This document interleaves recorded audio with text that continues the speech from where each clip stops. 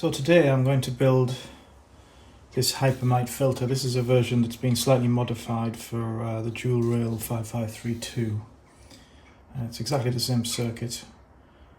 I actually went away and simulated this on Spice just to try and understand it a bit. It's effectively 3 low-pass filters and then a high-pass filter at the end. And the filters are slightly differently spaced. I guess that's to make a bandwidth that's about 200 Hertz, spread it out a little bit. So this one has a Q of 3.4, this one has a Q of 3, this one has a Q of 3.1, and that's a 700 Hertz, a 570 Hertz, and another 700 Hertz. And I guess he's shaping the waveform he wants here. The advantage of using a filter like this is that it's been designed carefully so that with frequency variation you don't get phase shift. And that stops, in theory, the ringing sound you hear when you've got an intense CW filter on. So I'm going to build it in stages. I've already populated a little board with a couple of pieces of copper. I'm going to put a dual rail supply in so that I can, well, not dual rail, I'm going to split the supply. So I've got the 6-volt rail for the rest of the circuit. And I'll probably build, it's going to be on 2 op amps because they're both dual op amps, 2 ICs, but I'll probably build them in stages and build the first one, and then I'm going to hook it up to my function generator and oscilloscope and have a look at the filter response of each one as I add them. Hopefully I can make it fit in a reasonable size. I think given that I'm making a big box for this radio, I'm not as constrained on size as I thought I was. So I've got a few things to do today, but I'll keep coming back and moving it along.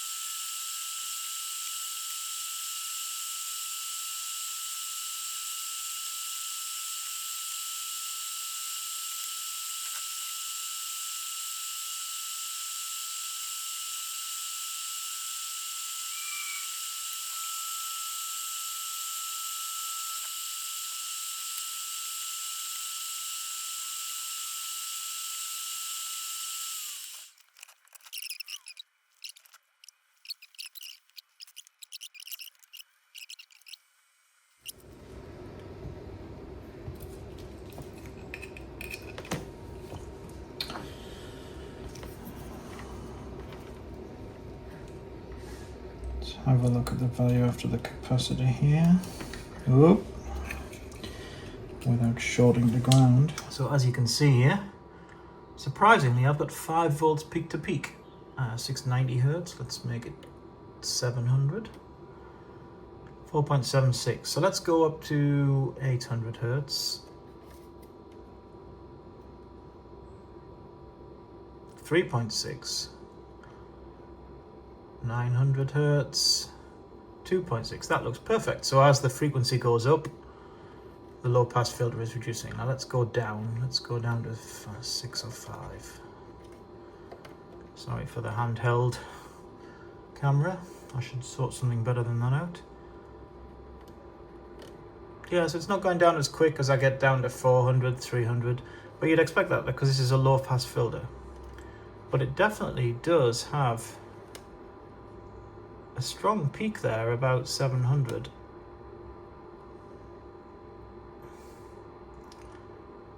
Interesting that I'm putting 2 volts in here and I'm getting 5 out, so there's quite a bit of gain as well here. There's the 2 volt signal going in. Well, I'm going to call that successful so far. That's stage 1. It's definitely a low pass filter with quite a bit of gain, surprisingly.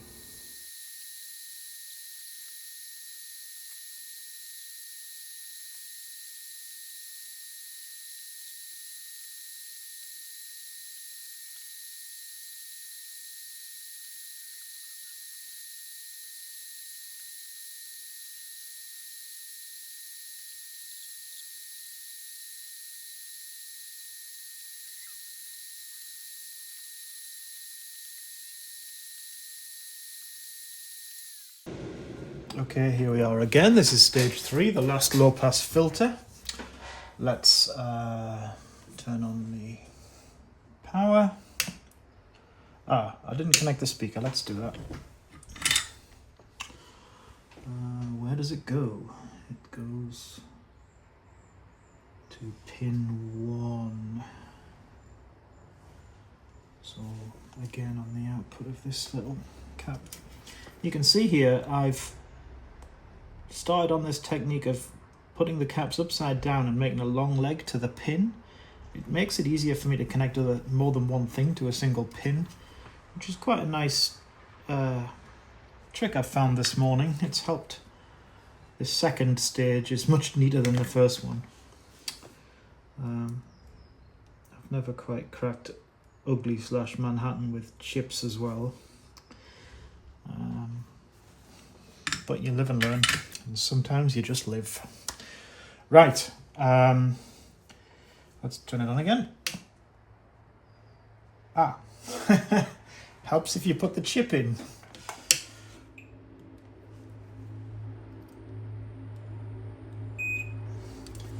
That'll do.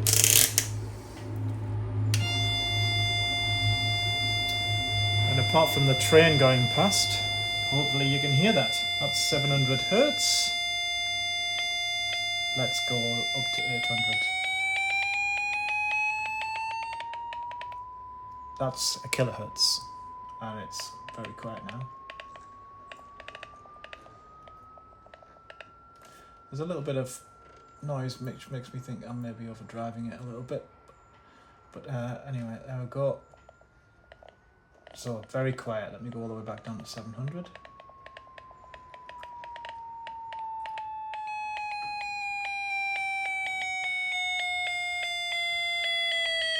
And then down again. As before, we still have quite a good bit of drive on the lower frequencies, but for sure, straight after 700 we have a nice clean drop off. And it sounds really good actually.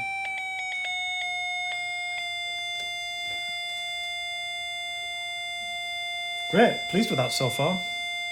The final stage should be the magic.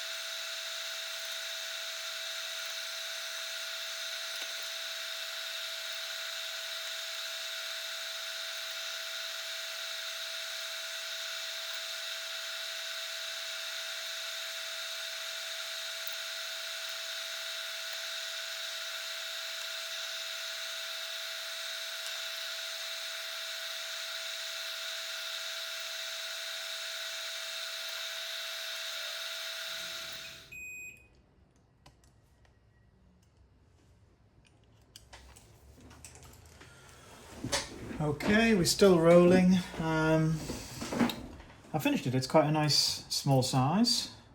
I can snip the board or use this for something else if I need to, but I probably won't. It'll probably just go in the radio like this, somewhere near the switch. I did wire in, you probably noticed, a wire here between the two stages, because that gives me the intriguing possibility of offering just these two, or the first two, followed by these two,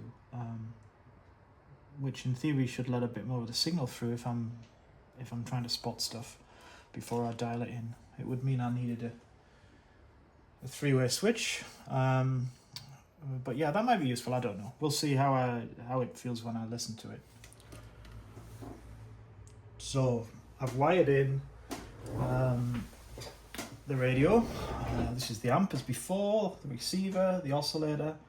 Got a few dangling wires which I'll have to be careful about. And what I've done is I've fed the filter in after the preamp, after the diplexer. So now I've got the option to switch between the 3 kilohertz or 3 kilohertz 7th order Butterworth here, or to use the new CW filter. So let's turn it up and see what happens. Nothing. No, the aerial is in. Nothing. What isn't plugged in? The oscillator isn't plugged in, that's a good start.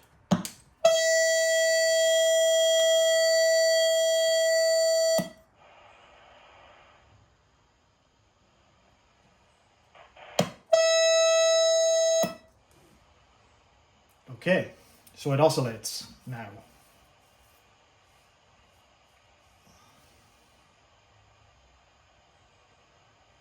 I'm taking the output through the pot. It goes directly into a cap over here, so it's decoupled.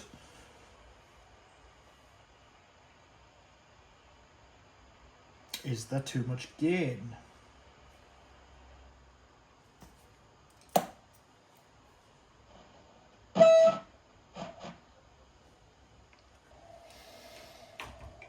Some debugging required.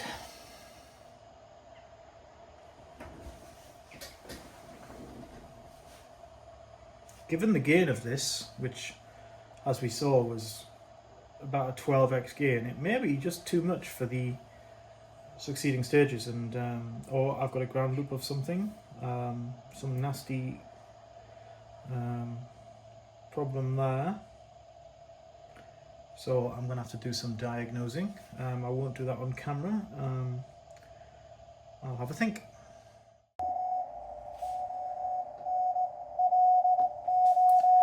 There's the filter on. Let's turn it off.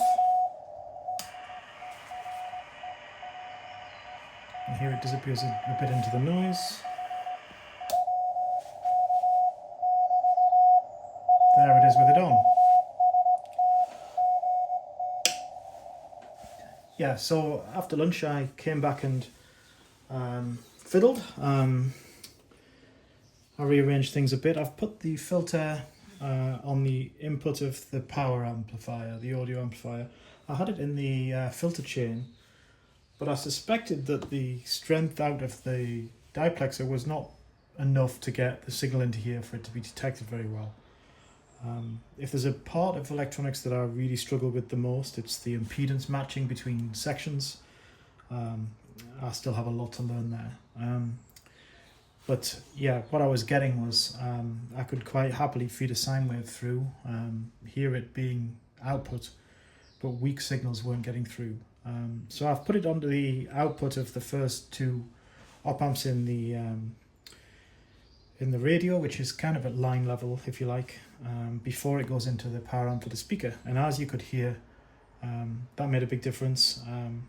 The only thing I have to figure out is the input drive. I think if the drive is too great, because we have the opposite problem, then you end up clipping the signal when it's being amplified through this filter network. So I need to find the right level. At the moment I've put a pot on there. I think I need to play with it in band conditions. I might put a trimmer in there, and so that I can find the optimum value. But yes, I'm calling it a success. It's a very nice sounding filter. It's actually the middle of the day still, mid-afternoon, so there aren't many signals, but it'll be fun to play with. Since I can't use my phone while videoing, I thought I'd add to the end of this video just a couple of screenshots. This is from the spectrum analysis. You can see the nice peak here without any, with all the suppression of the noise away from 700 Hertz. This is the best grab I could do in the conditions this afternoon. My cat says hello. So yeah, if we look at the next one, this is with the filter off. You can see the band noise and that signal just buried in the noise there. So I'm hoping this is going to be a really useful addition to the radio. That's all for now.